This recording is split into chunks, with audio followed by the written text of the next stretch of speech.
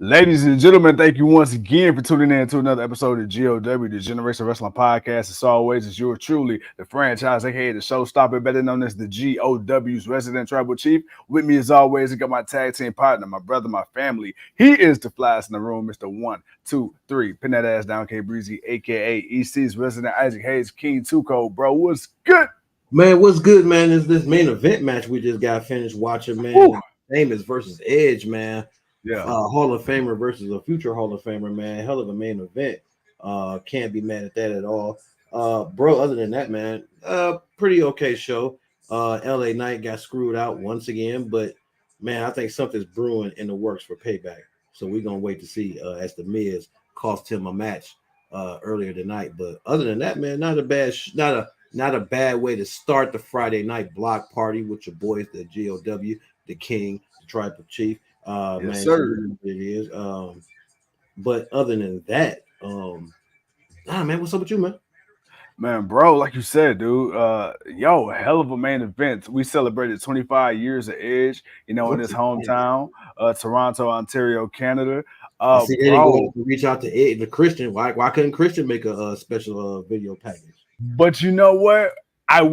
I noticed that, but at the same time, I did notice they had a lot of him and Christian in the video pack, like in the highlights. I'm like, okay, all right, cool, all right, whatever. But I am surprised because we've seen them reach out to other non-contracted talent for other things. But we gonna let that one be. But I will say this though, because before you and I got on the air, I said it felt like a retirement.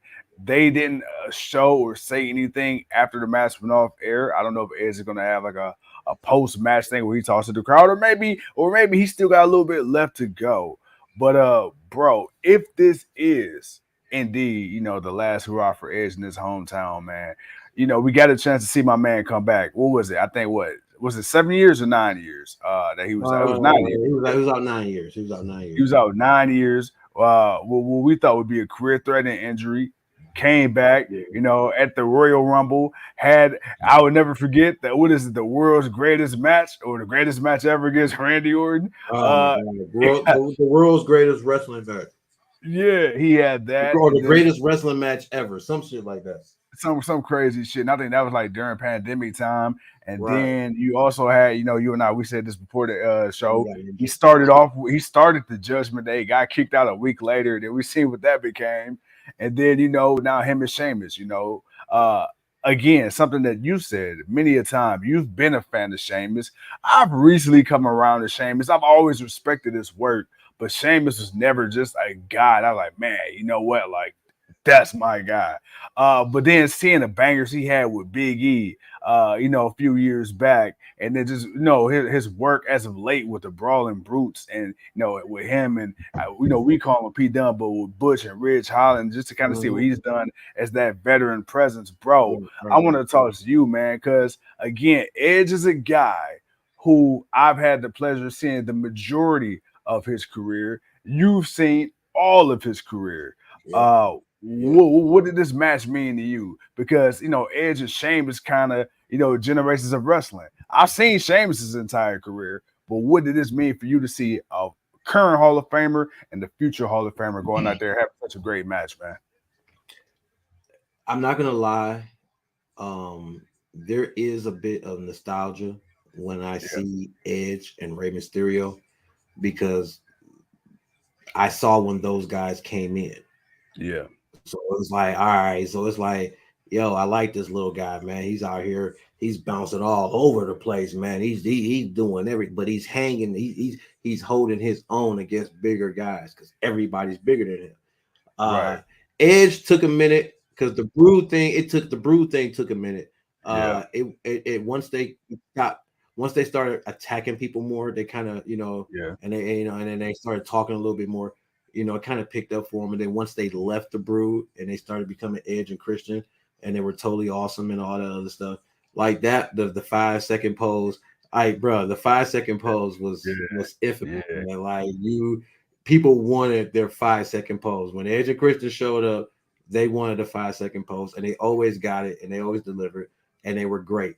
But to see those two guys' careers come up has been something. Now, just to speak on Edge, to see Edge leave Christian as a tag team partner, and then to go on his run as an Intercontinental champion, then a United States champion. When it was WCW United States Championship, when the invasion was happening, Edge walked out unified champion. He's got a little bit of history on his side, and then he had his injuries, which was sad to see, because we weren't sure, how severe some they were sometimes, but he would come back. And he would be a part of a moment, him and Rey Mysterio, or him and Hulk Hogan winning the tag team titles. And it's just like there's just so many little moments. Or when he changed Kurt Angle's cards and had the pictures of "You Suck" and all this other stuff that he had in it. Lee says, Lee, oh my God, Lee, dude, you starting off already, man. Lee starting off already. But Edge, overall, man, he's always been a character. He's always been somebody exciting in the ring. Once you got to see him transition from a tag team to the singles, and once he became the rated R superstar, it just skyrocketed for him, dude. Like would I call Edge a great technical wrestler? No, not really. To me, Edge was a good worker. He knew how to work the ring, but he knew how to wrestle. Like he had some wrestling. Not that he couldn't do nothing, but Edge knew how to fight. Edge knew how to handle himself in the ring. And through all the battles, the TLCs, everything that we've seen, man, it's like Edge is a part of history in WWE as far as some of the biggest matches. Not only just TLC, but Money in the Bank and Elimination Chamber, when he beat up Kofi Kingston. After he lost the WWE Championship, he beat Kofi Kingston up, and then he went and took his spot and then stole the World Heavyweight Champion. The man walked in, one champion, and walked out a whole champion. Like, man, like, bro, like, come on, man. Like, that's the ultimate opportunist. Like, he used that to his advantage. The WrestleMania match he had with Undertaker. Like, this dude. WrestleMania match he had with Foley. Right. Like, oh my God, the spear through the table, through the table of fire, the table of hell. Like, bro, like, there's been so many moments in WWE, and Edge has been a part of a lot of them over the past 20, 30, 25 years. Shit, I'm sorry, 25 years. Like, so that's it, regardless of how high you rank them or whatnot, you can't disregard unless you just want to be an unless you want to be an ass like Lee. You just want to shit on everybody. But Edge has more than proven himself, man, that his entrance music, his charisma, his in-ring, like, dude, he's a Hall of Famer. Like, he's a true Hall of Famer, man. You can't say he ain't never go through the battles. Like, Edge went through the battles. Him and John Cena in the first singles TLC match, my man got FU through 2 tables. When he fought the Undertaker, he got chokeslammed through hell through 2 tables. Hell in the Cell. Like, bro, like, this dude has gone. This dude, William too. Jesus, man. William and Lee, man. Y'all too. First, y'all was enemies. Now y'all showing up being friends. Goddamn. Man, it's you can feel how you want to feel about him, though. But you can't disregard the history in those 25 years, the moments that he has been a part of, man. Regardless if he's won or lost, man, he's done the damn thing, man. You salute to Edge, man. Absolutely. And and the thing is too with Edge, he's in very rarefied air where he's probably had more success or just as equal as amount of success as a singles guy and a tag team specialist. Because usually he's won 7 with Christian and then like 6 other championships with like 6 other people. Like bro, like he is. Yeah, not only exactly. And my thing is he will go down as one of the greatest tag team specialists and one of the greatest singles champions, and that's crazy because not a lot of people could say that. Oftentimes, you get pigeonholed. And not only was he in tag teams, but just like you said, with the Brood, he was in factions as well. And he's got history with so many different people, so many different moments. So again, man, it was definitely dope, man. Like you said, to get that nostalgic feeling, because remember, back years ago, we thought we got the end of an era when it was Triple H, Undertaker, and Shawn Michaels. And now to see people back like Christian again, to see Edge back. Hell, we just seen Rob Van Dam back wrestling on TV a couple weeks ago. So, hey, man, look, if this is indeed the end, what a 25 years has been for the Rated R Superstar. I mean, we'll find out if he gives some type of speech next week or something. But I want to give a shout out to Hassan. He says, man, hi there, guys. What's up, Hassan, man? Hassan, what's up, Brody? Rusty Booker. Haven't seen your name before, man. I'm the king. He the hood tribal chief. Man, it's the GOW. What it do? I thought I said Dusty Baker. Oh no, it says Rusty Booker. And then we got Williams coming in. Nash had more moves than Edge. Dude, what is you and Lee smoking, man? Matter of fact, I don't even want to know, because matter of fact, I do want to know, so I know, make sure I never come across it, because y'all tripping. It's like Alexa Bliss is better than Edge. One, I like Alexa Bliss, so I'm not even sure if that's too much of a diss. But Edge, I mean, come on, man. Like, it's Edge. It's Edge. You know what they trying to do? I know what they trying to do, man. They trying to throw the GOW off our game. They trying to throw us off the Friday Night Black Party. Who off what game? Man, have they not been paying attention? Have they not seen me sip this glass? Man, I'm going to say what I say. Man, look, real talk for real fans. If you on this show, you know what you on this show for. I mean, like I said, man, feel how you feel. But no, damn, that's a hell of a Canadian driver. Damn. For those who don't know what we're talking about Commander versus Ray Phoenix right now. And I ain't gonna lie, bro. I keep looking up at the screen because this match is going crazy right now. I mean, because it's a spot fest, but they hitting some moves. Come on, Ray. Kick out, Ray. Oh, goddamn. Come on, man. Don't you dare take that pin. Come on, man. Oh, goddamn. Why did you not tell me he did that shit off the springboard? Because I couldn't spoil it for you. You had to see it for yourself. You had to see it for yourself. You had to see it for yourself. Will then says, man, can we get to the main topic? Bailey's booty. Amazing. Yeah. Chill. Hey. Hey, I'll give him that one. We finally on board. That's why I ain't tripping on William. Hey, will LA Knight say, yeah. Ooh, damn, dude. Hey, they going crazy right now. They going crazy. Oh, damn. I don't know why I feel like I haven't seen Aubrey Edwards in forever. And I'm sure she's been on TV. I'm just not noticing. She's been on TV. Yeah. Right now, man, I raised just a Canadian driver. That didn't work. Man, first of all, Commander ain't never been this damn good. But I guess wait. Hey, put some respect. Hey, Commander been a beast, bro. Man, Commander is a spot fest, but at the same time, man, like he got somebody that can keep up with him. It's Ray Phoenix. So it's like he finally got somebody that can keep up. Because you gotta think about it. Usually Commander's like the hot flying instead of hot flying person in this. Now he got Ray. That boy Ray got somebody to dance with now, baby. Yeah, now Ray won. All right, bet. All right, okay. Ray got the victory. All right, that almost kind of threw me off there for a minute, man. Like, damn, Ray was chopping the shit out of Commander. Right. You got Moxley and Claudio doing some scouting right now because they got to fill out their team for the 12-man Stadium Stampede next week at 1 p.m. And your boys will be live from the West Side Compound as we do what we do, man. You know what we do. Lee says, who do you guys think is the best mid-carder of all time? That is a good question. The Miz. Bro, get the fuck out of my head. Get out of my... I swear, as soon as I read that in my mind, I was thinking The Miz. First of all, you got to think this man been wrestling damn near 20 years, never been out with injury. He's made the most out of any and every opportunity, no matter what role they put him in. He's believable. Outside of being the face. And let him tell it, he's a 2-time Grand Slam champion.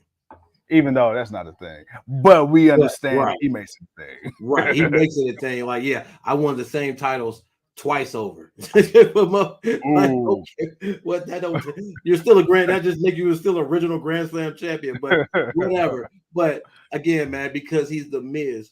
Look, and why I say the Miz, and I think a lot of people would agree, you can't say the guy can't cut a promo. You can't tell me if the Miz, you told the Miz, hey man, go out there and wow the people. You can't tell me he can't go out there and do it. Yeah. Now, if you said, well, Miz, go out there and give me a 5-star match, okay, we're not going to have too much argument there. But Miz can go out there and he can be him and also make sure the other person looks good doing what they do best. So I have that confidence in him. When needed, and I mean when needed, the Miz comes through. Like you said, dude has been he recently just got injured, but one of those injuries was him getting a vasectomy, and then the other one he actually did kind of get an injury, but but then again, it's like, bro, you've been going hard for so long. Like, bro, take a break. Like, man, just take a break, bro. You like take a break. But I have to say, I have to give it to the Miz. Now, again, I can go further back, but if I gotta think further back, I gotta really think about it. Like that's something I gotta take some time to think about, because right now, honestly, best mid-carder, like that's a hell of a thing, because there's so many mid-carders that, I mean, honestly, I can definitely throw out Mr. Perfect. I can definitely throw out Ravishing Rick Rude, because these guys never won the world championship. So they stayed in that, even though they were kind of mid-card guys, but they never won the world championship. So I would say of Mr. Perfect, I would say of Ravishing Rick Rude, I just to kind of throw it back a little further.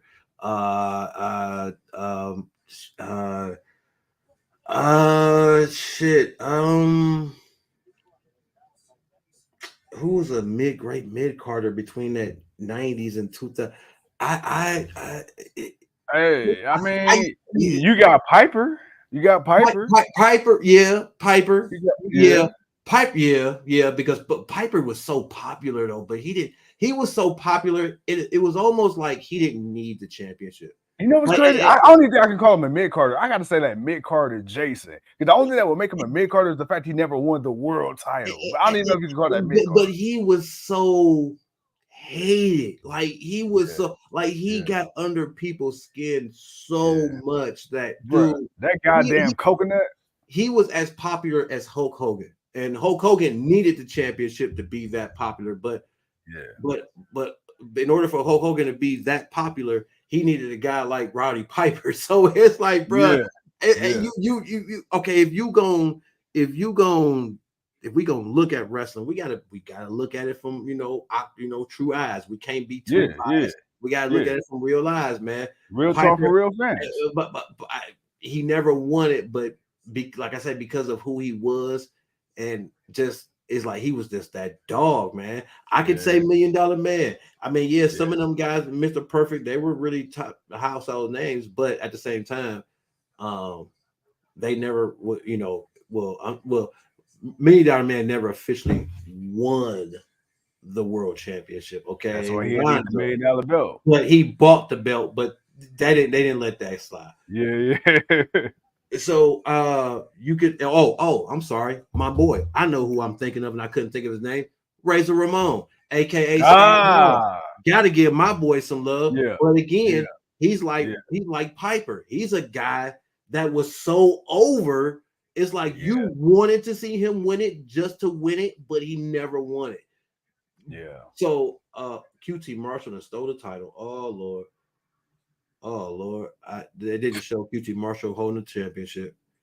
I don't even want to get back into that. But Scott Hall is that one guy that I can think of. I can't say Benoit because he won the world title. He was more than that. Eddie Guerrero was more than that. You could say maybe Christian. You could say maybe, I don't know, man. That's the thing about that specific question. It's because there's so many guys that you can look at and be like, man, this guy was a pretty good mid-carder. This guy. I just know I needed to say a few names, and I felt like I said those names, at least a few names. Earl threw out a nice one. Brutus the Barber Beefcake.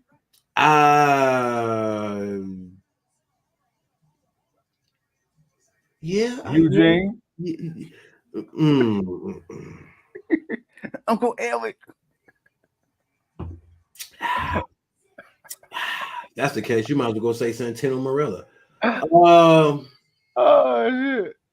Okay. No. Earl. Brutus the Barber Beefcake.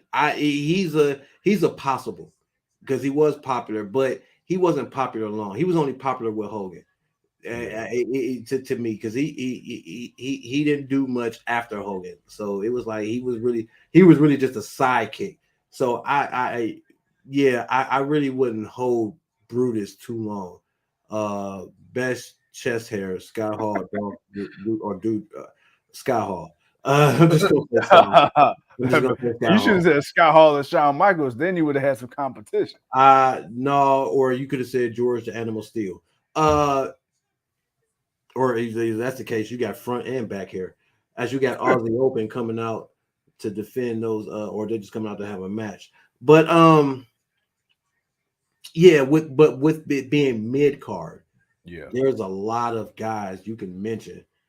And I know I probably missed a guy or two. And I apologize, but it's hard because I remember names, but keep talking.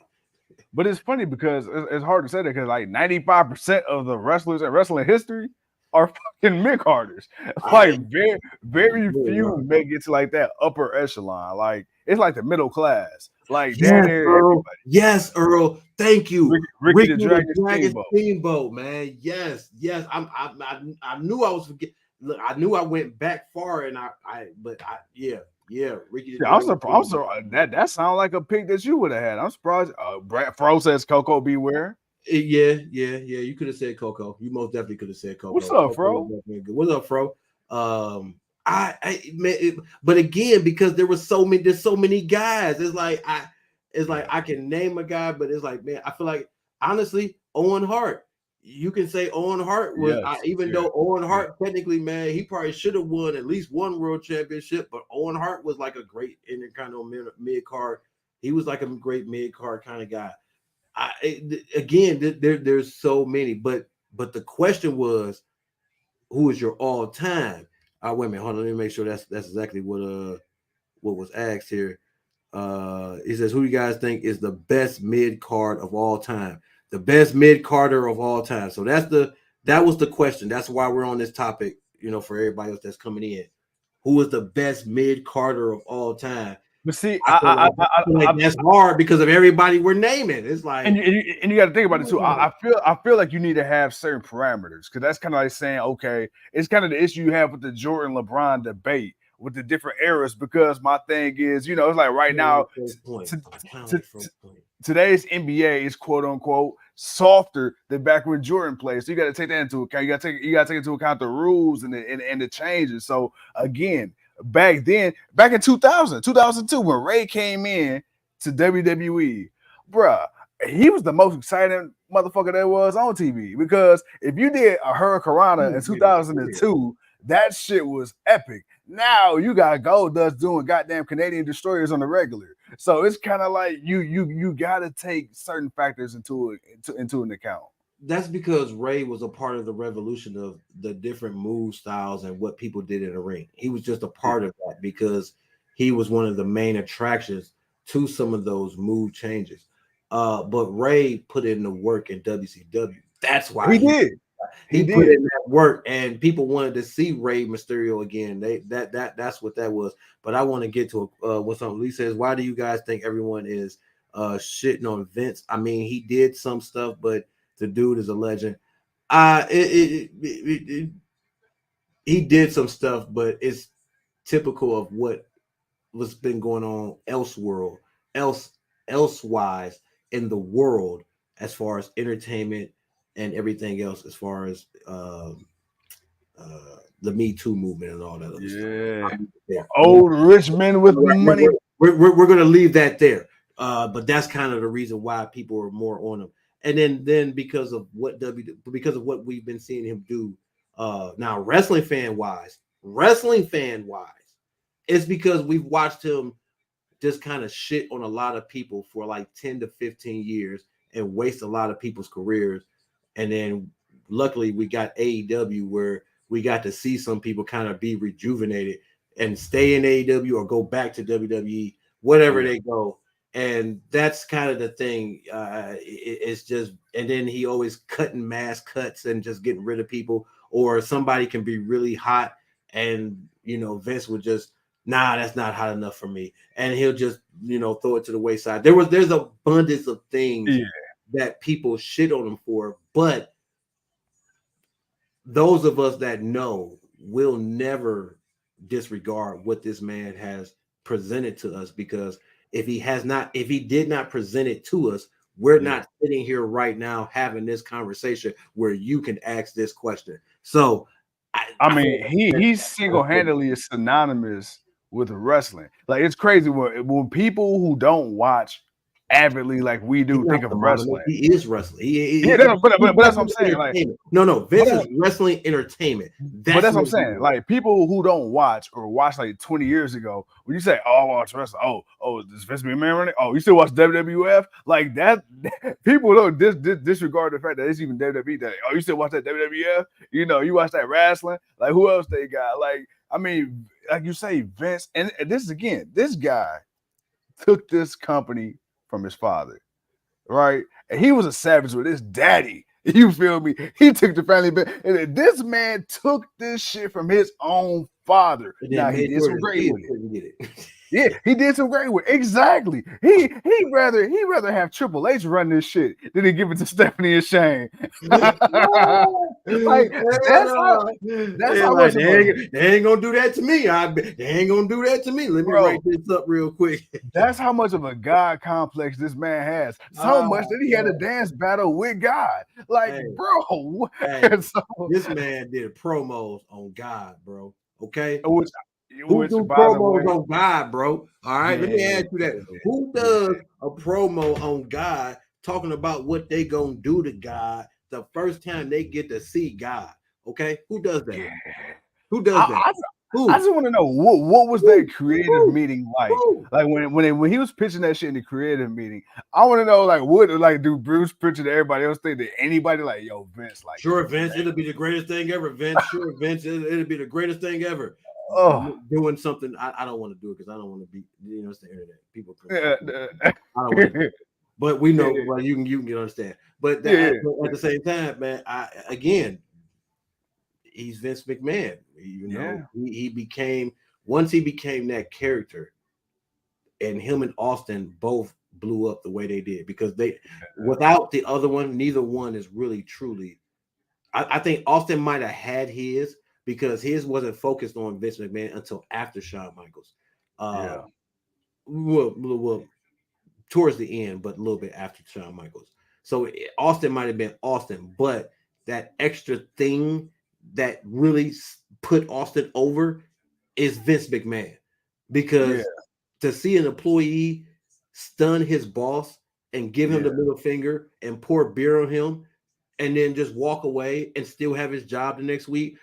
He threatened to shoot this man on live TV. Oh my God, that was therapy for so many people's souls. You don't understand the amount of people, the amount of lives that Stone Cold Steve Austin saved when people saw him give Vince McMahon the stunner.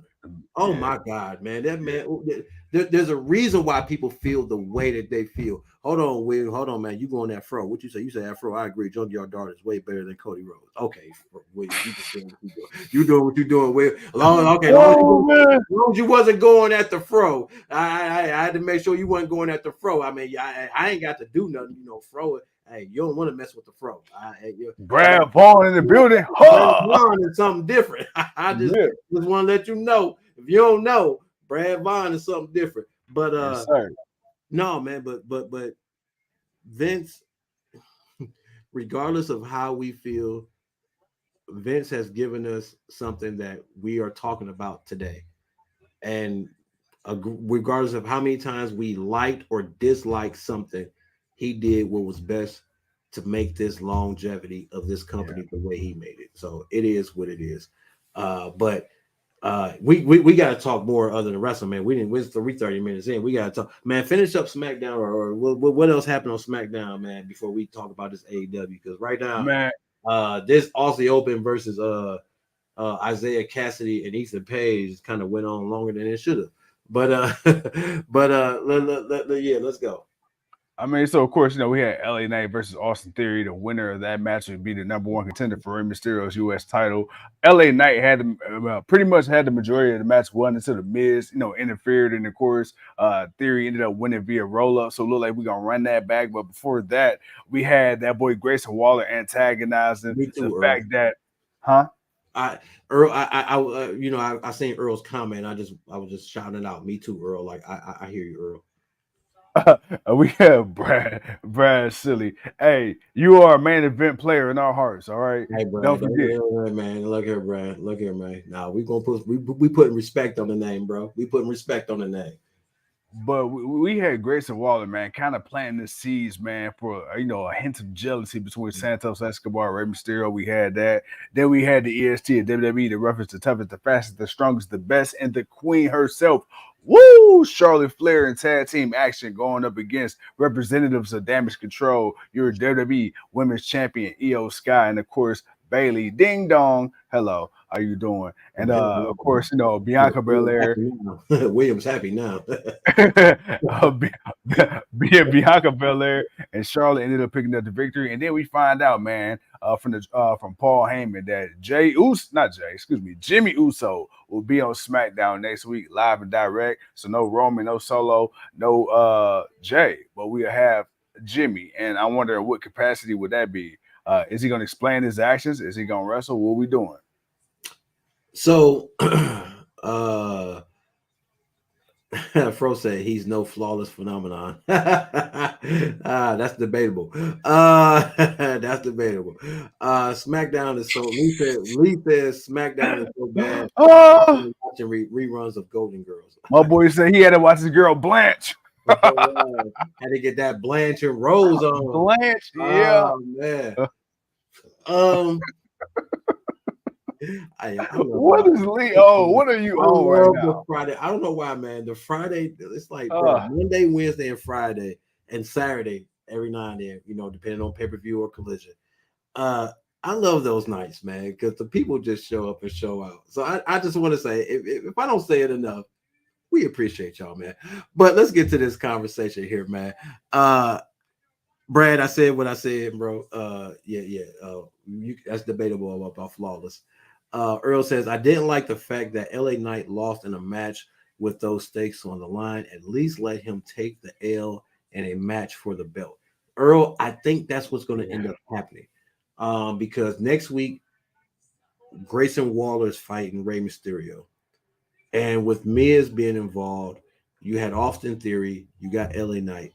There's a good chance we can get a 4 to 5-way match for the United States Championship. If it's not on SmackDown, it could be at Payback in a couple of weeks. Just to kind of, just to kind of make it something, put a match together with these different types of guys, because you can have a couple of veterans and you can have a kind of newcomers in Austin Theory, even though he's a 3-time champ, 3-time champion. And you got Grayson Waller, you can kind of give them this opportunity to come in. Wait a minute. Who is this they showing on AEW? Is this what's that group's name? They was in TNA. They were just in TNA. It was in TNA and Ring of Honor. I can't think of their names. Let me see. I can't see. Because my boy, first of all, my boy that looks like what's the name from the Dark Order? You'll see it as soon as it comes. Oh, yeah. I can't think of the name, but I know who dude talking about. That's Alan Angels.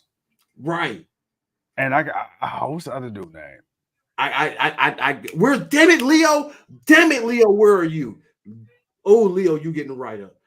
Is that no, that ain't Madman Fulton. No, I can't. I know who they are, but I can't think of their names right now. But yeah, man. Leo, you fired.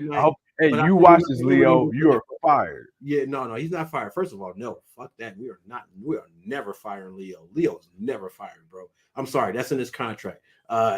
He's never fired, bro. That's Leo. He's the international correspondent. We need him. All right. When we got our folks on and hey bro, hey Leo, what's that? Hey, we need Leo. Okay. Nobody comes through like Leo. All right? We appreciate the people, but nobody comes through like Leo. We need Leo, bro. We can't fire him, man. It's bad look. It's a bad look for us, man. Man, did he freeze up on me? I think the franchise then froze up on me, man. Oh, I think he done froze up on me, man. I'm like, why has he got this goofy smile on his face? Oh man, we got Sammy Guevara coming out. Oh man, the stream that went too hot, man. We even got too crazy. Oh snap. Uh-oh, all right. Uh-oh, okay. All right, the franchise then dipped off. He'll be back in a second, man. Man, let's catch up on some of these things. Man, Fro says the Golden Girls were the original 4 horsewomen. Fro, first of all, man, you a fool, but you're true. That's true in words. You are right. William says SmackDown is all good. You got Bailey, so why are we tripping? Look, Bailey was good for the few minutes she was on, but let's be honest, man.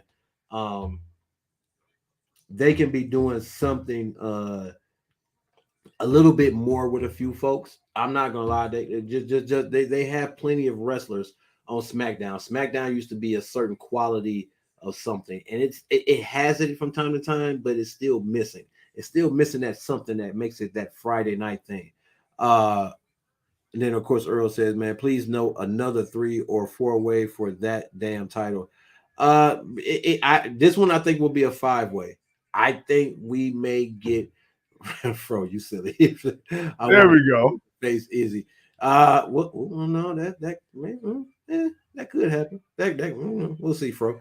But Earl, I think we're gonna get a 5-way. I think they'll throw Grayson Waller in there just to give him something to do, just to get him some opportunity on the pay-per-view and for people to see him. Because right now all he is doing has been doing a talk show, but he'll have a match against Rey Mysterio next week. They didn't say it was for the title, but I'm pretty sure something will come of that, which could lead to either something happening the Friday before Payback or on Payback. Because, you know, they like to do the Intercontinental in the United States on TV a lot of times. Franchise internet pros like Cody Rhodes moves all jacked up. Yeah, man, AT&T, you know, they be assassinating. Yeah, man. Up here got me, you know what I'm saying, all kicked off the screen, got me panicking. I had to look at my phone real quick to make sure we still recording. I'm like, oh, good God Almighty. Hey, man, once I see as long as I see the ticker still going, I'm like, all right, I know we still live, so all right, we got to keep going. But it's all good, man. The people know how things roll, man. Life is life. Shit happens. You know, we got that basic internet package over here, so I'm sorry for the instability. We regular folks just like y'all. You know, I can't afford them mega gigahertz. Sammy Guevara picking up the victory, man. But nah, man, you know, right now, man, you know, we just gonna talk wrestling right now. But SmackDown was okay. I can't say it was a great show. The main event for me, I'll be honest, the main event for me, just because it was Edge, and Sheamus, and it was a decent, good enough back and forth match, I'll give it a 4 off top, just for the show, based off that one main event. Austin Theory versus LA Knight really wasn't that bad. It really wasn't that bad, but that's why I say I could see something happening with a fatal 4-way or something like that, just to kind of give these guys a little opportunity to get some shine on TV, to kind of see what they can do in a title situation, you know, whatever. But and the Street Profits, I mean, they fought the OC, they beat the OC. They're continuing their steps and what they're getting ready to do with Bobby Lashley. So I'm good that they still found time to, you know, to do something with that. They didn't have to do a sit down and then a match. They gave them the match. They gave enough time. The tag team women's match, that was cool. Like, it wasn't a bad show. So I'll look at all of that. And I'll say a solid 4. It was a solid 4. It was a good show tonight, man. It was a solid 4. Nothing too crazy, but the 4 is strongly based on the main event. Edge versus Sheamus was a pretty damn good match. Hold on.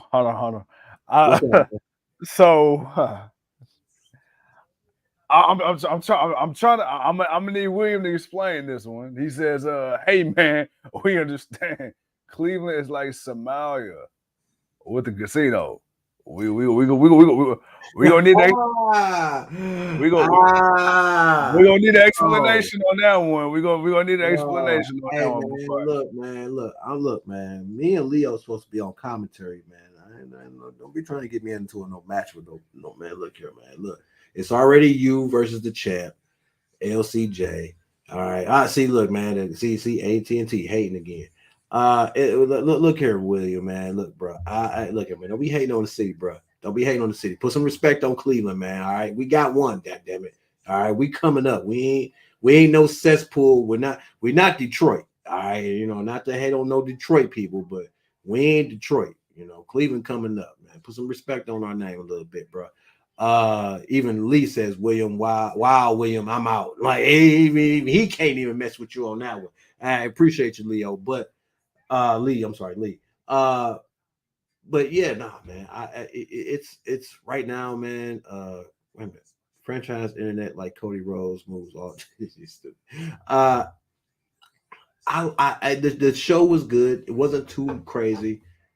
Obviously, they're setting up for Payback that's coming up September, either 2nd or 3rd. It's either 2nd or 3rd, September 2nd or 3rd. Payback is coming up.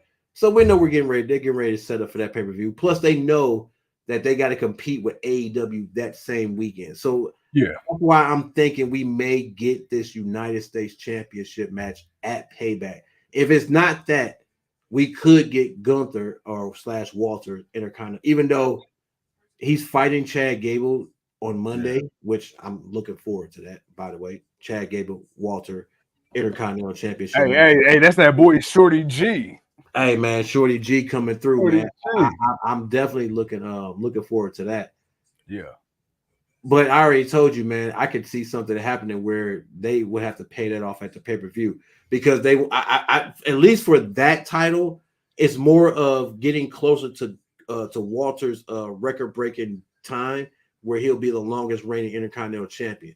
So I feel like if you play with Chad or somebody actually maybe beating him before then or almost close to it, like I feel like that would be more the entice thing. So, but if you want to do something with the United States, if you don't want to put it on the pay-per-view, I still see a fatal 4-way, but it could just be the one-on-one of Austin Theory because he did beat LA Knight tonight, which he shouldn't have. Again, LA Knight lost.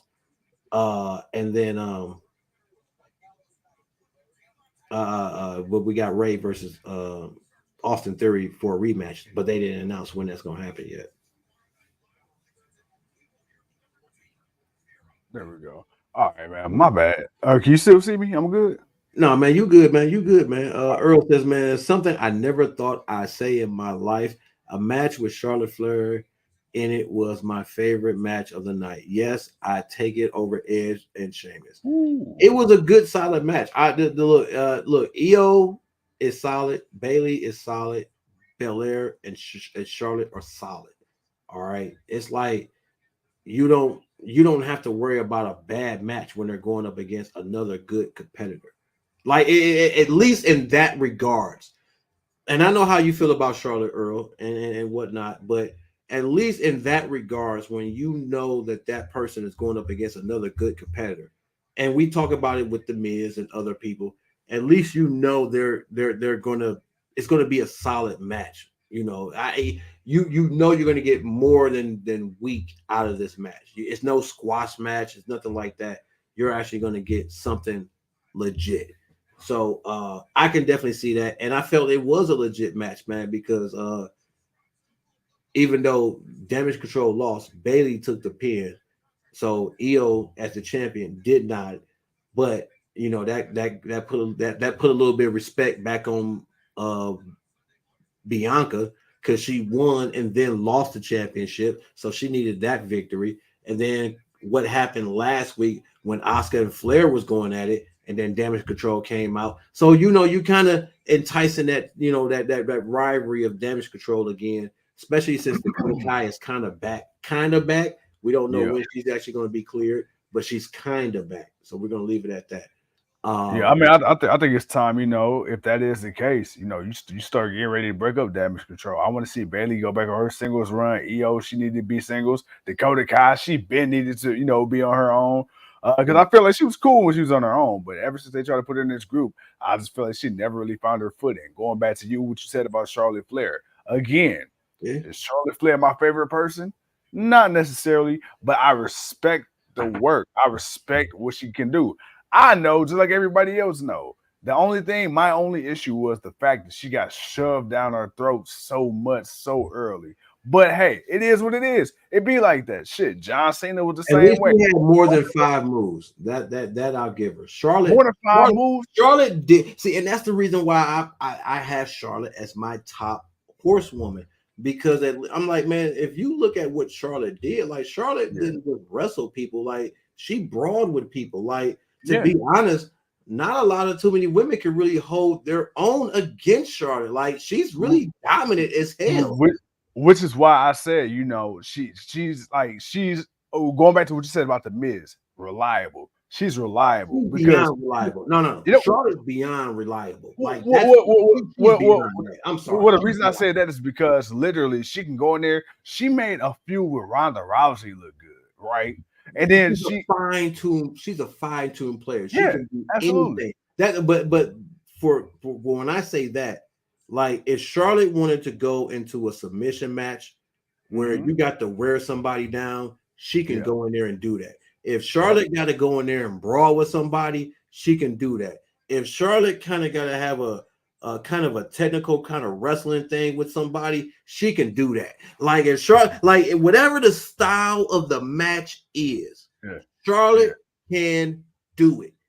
Feel how you want to feel, but she can do it. Not everybody can do that. So because her name is Charlotte Flair, because she's the daughter of Ric Flair, she's got pushed a little bit further than others, but she's backing it up. Feel how you want to feel. That's she's true. Backing it up. No, 100%. And she, on top of that, she actually can go. That, like you said, that's the thing. She can talk the talk, but she can also back it up in the ring. Whatever you want to, whatever match. If it's a fight match with Ronda Rousey, you got it. If it was the matches we got with Sasha Banks, you got it. If it was something with a Natalia or somebody that was a real true a technical wrestler or submission, somebody that knows how to work the body and break a person down, she can do that. You can't disregard that. You can feel how you will feel. But if that's the case, you just truly hating, and that's your right. But at the same time, when we got to really look at it, hey man, she's not getting the John Cena treatment she's getting the John Cena treatment of just being that constant person to always win. But the difference is you can have a higher expectation of the quality of the match with her than you would with John Cena, depending on who John Cena was fighting against.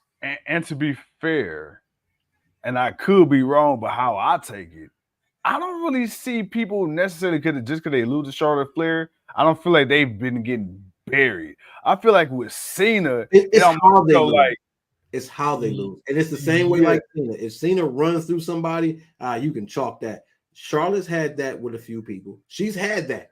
She's had that with a few people. But was it anybody that you saw that could really be like a legit force in the division anyway? Yes, Tony Storm. The problem was I'll give you that one. But that was a dumbass storyline to begin with. But again, that's not Tony. That's creative. That's Vince. That's them backstage.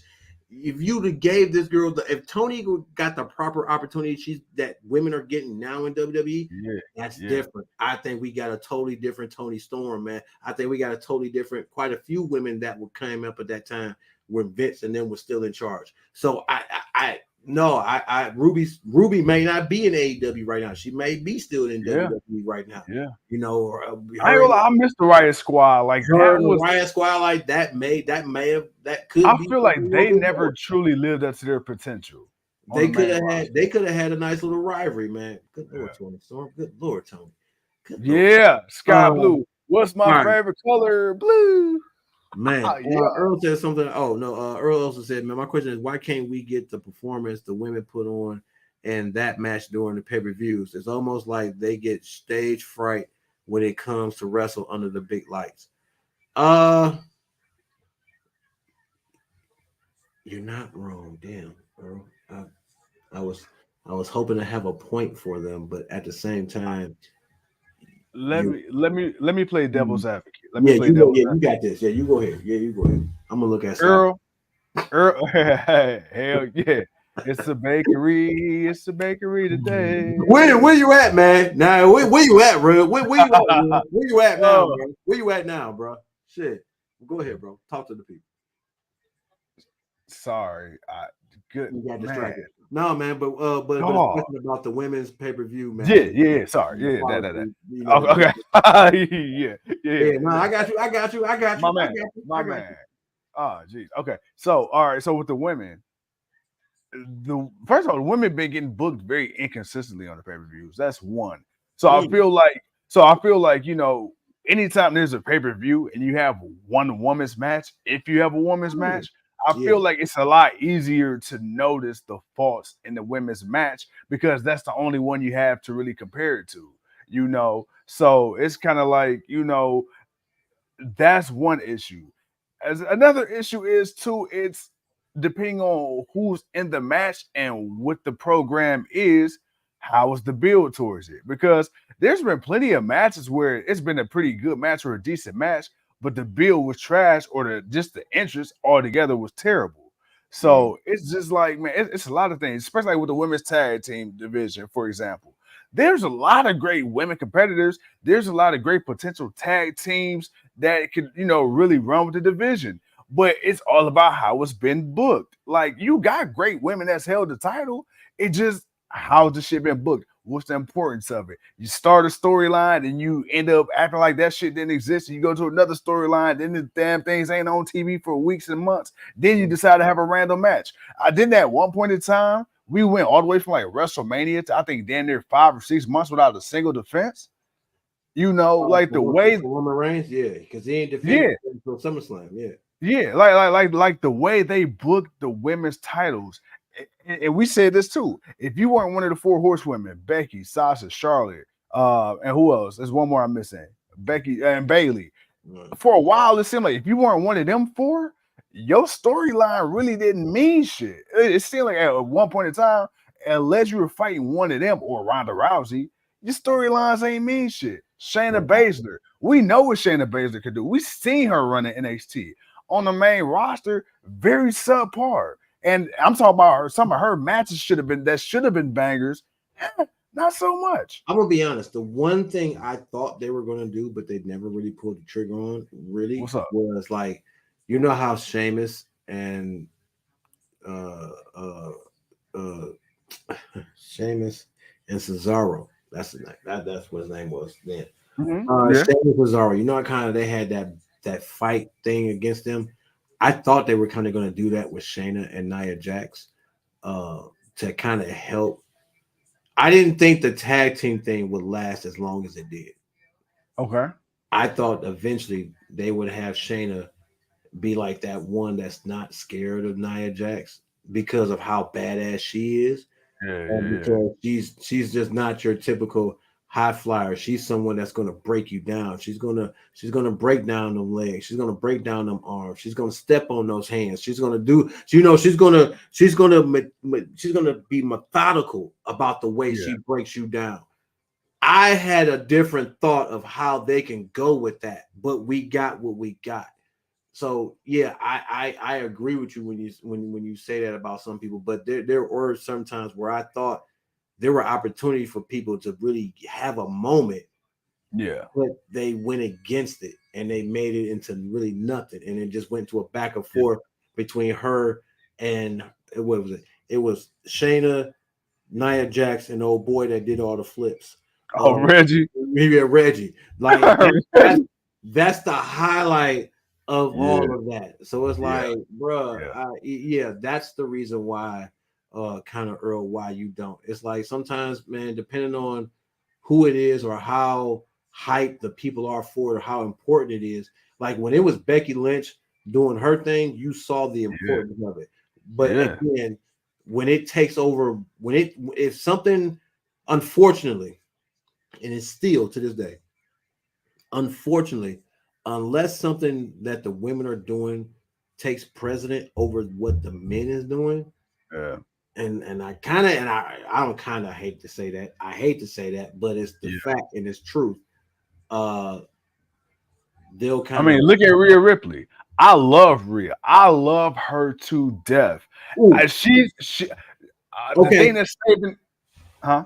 Okay. I know what you're going to say. The thing is, the one thing that everybody's been complaining about, WWE is not doing any main rivalry with her. They are. Raquel's dealing with an injury. I know that. I know it's not an excuse, but it actually is an excuse. Now, before Raquel, they could have did more, but she was kind of just randomly fighting people. But Ripley is so over.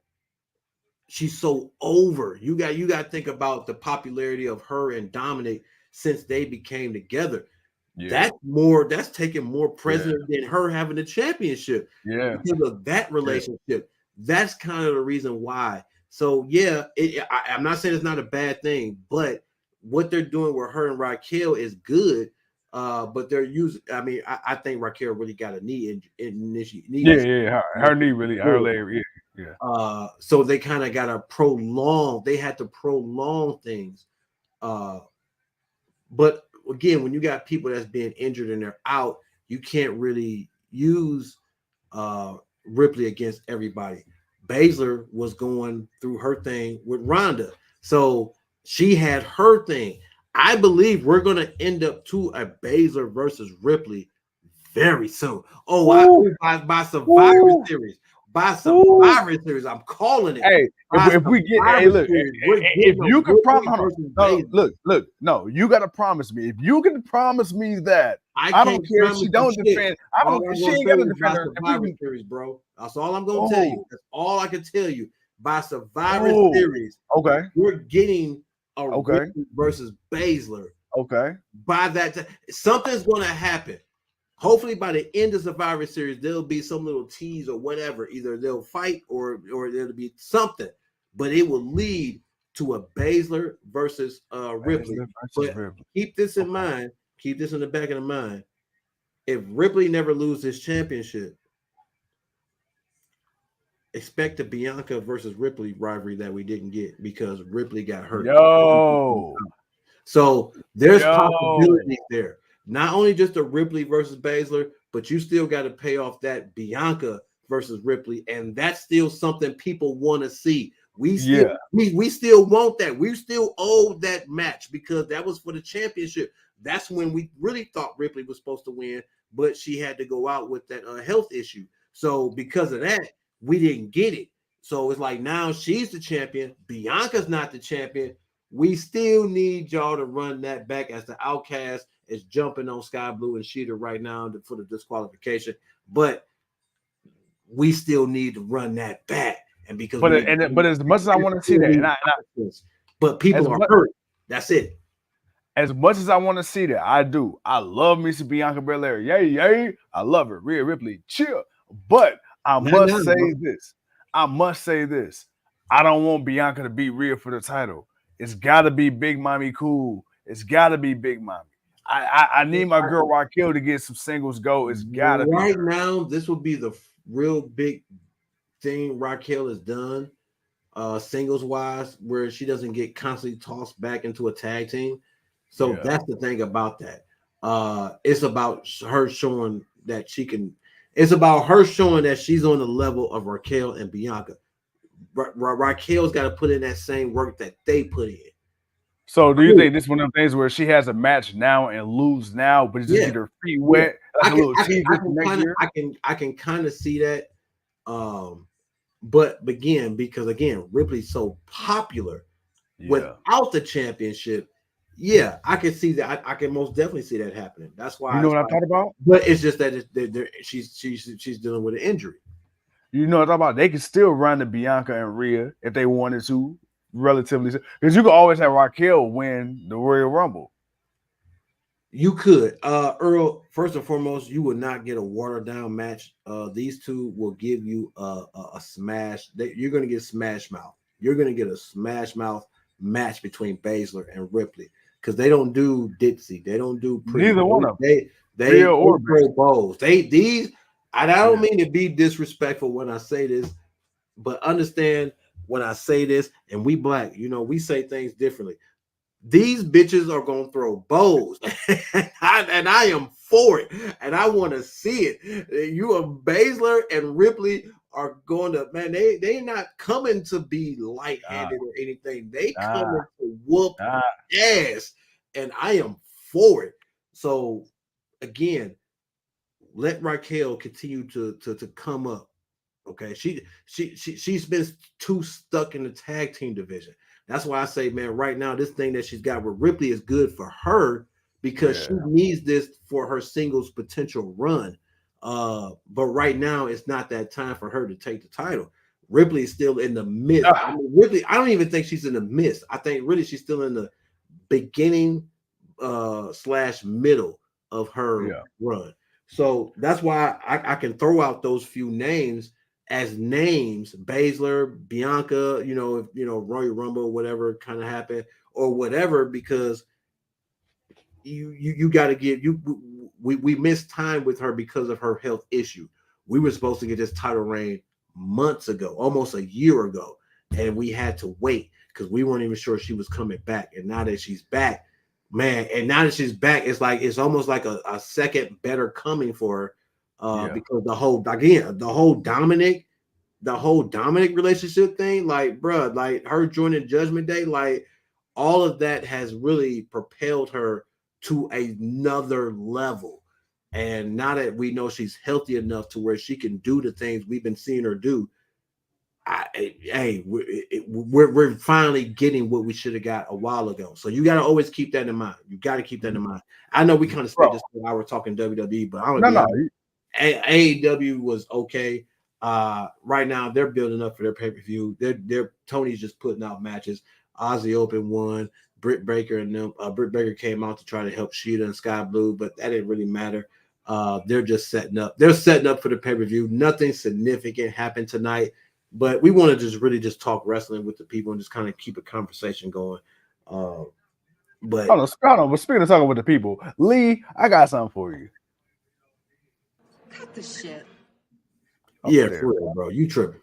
Hey, man, I think it's not for you, bro. I think no bad. My bad. I don't know if you can hang with the, I don't think you can hang with the because it's after dark, man. We get real, hey, man, we get real grown around here, man. It might be time for you to go to sleep, brother, because you tripping, bro.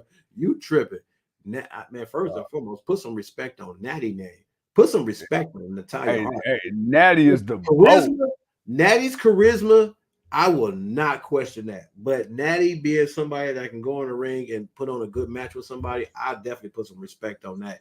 Put some respect. I mean, because the shit, Natty the one that trained Charlotte. Natty pretty much single-handedly trained all the new women out of NXT. Yeah, all of them, like all the women that you like and you see. Natty had his hand in. She has a hand in making these bitches great, and I put respect on that because. We mad because they don't put the same effort as some of these women that ain't as great as Natty on Natty. That's the one. Not damn. Give her some one time. Her biggest shine should not have been the passing of her father. And I don't even mean to throw that as a play to her or her family or anything. I just feel like, man, you could have really did something with her. And you know, but it is what it is. Natalie's won a lot of championships. She's a Grand Slam women's champion. She's good. She's gonna be a Hall of Famer. Natalya Neidhart will be a Hall of Famer. You can book that right now. 8/18/2023. 11:05 p.m. Book it. Natalia Nahart will be a Hall of Famer. Said by King Too Cold, the king of the land. You heard it. But Lee says, man, we expect a smash mouth match with Ronda versus Baszler and got a damn dud. That's because of the stipulation of the match. Yeah. We wanted that match, but I think because of the people, we were overlooking, damn it, the one most important thing. This is WWE. That's the reason why, Earl. Okay? Yeah. That's the reason why. When we thought of Shayna Baszler and Ronda Rousey, in our heads, we looked at, we got a visual of UFC. The problem was, that was the problem. We got a visual of UFC, and we should have had a visual of WWE. That's why the hype was what it was. Okay, so that wasn't so much on WWE. That was on us. We should have knew better. Okay, we should have knew better. Earl says Natty may be good trainer, but I am a huge pass on her in-ring. You know, it is what it is, but she's a lot of the people, even as a trainer, still, all right, man, look, you got to know what the hell you're doing. And they just don't make her story. They just don't make her character and story worth people wanting to be more invested into. Hey, look, I'm gonna put it this way, man. Some of the winningest coaches of all time never played a damn down or a single possession of a sport. But I'm sorry, that was Lee that said that. That was Lee that said that. No, wait a minute, hold on. Lee, I'm tripping. Lee says, so you're saying Natty makes wrestling great again? I'm not saying she makes great again, but she definitely is a key component to some of the women that we want to see more of making it in the business. Earl is a good dude. He just wants to see some real wrestling. Yes, sir. First of all, y'all are all excellent people, and we all want to see some great wrestling. But y'all tripping on some of the shit y'all saying. that still doesn't change. that doesn't change there, man. Y'all still wilding, but hey, we understand. We all want to see the good thing. We all want to see the same thing, man. We all want to be entertained, man. We want a compelling story. We want to see great action, and every now and then we want to see the good guy win. But sometimes, hey, I don't have a problem with seeing the bad guy win, because hey, sometimes it's better that they win. It just makes You got to keep that level of intrigue up.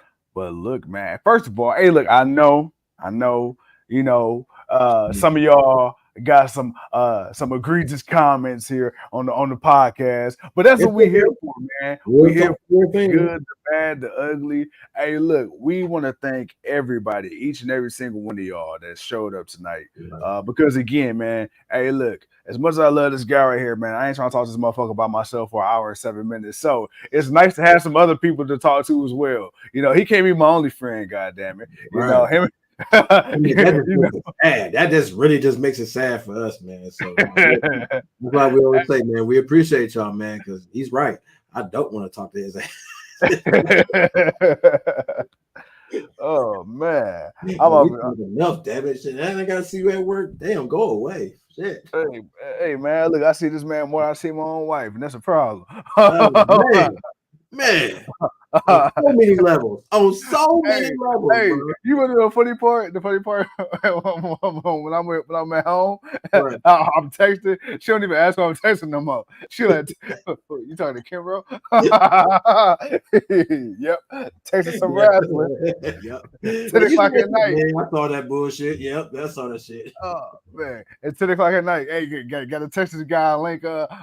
Cash Willie got arrested. Did you see it? Oh man, yeah, man. We're gonna have to talk about that another day in time, man. For, once we get more insight on what that was, man. We'll see. Man. If anything, that may be indicative to who's gonna win it all in, but we'll see. Yes, sir. Yes, sir. But with that being said, shout out Cash, man. Free my boy and FTR. Fuck the revival. And with that being said, ladies and gentlemen, boys and girls of all ages, we thank you once again for taking the time to join us, the franchise and the king, here on the Friday night block party. Me and him, we're gonna talk off air. But yo, until then, next time we'll see you when we see you. Peace. Chill.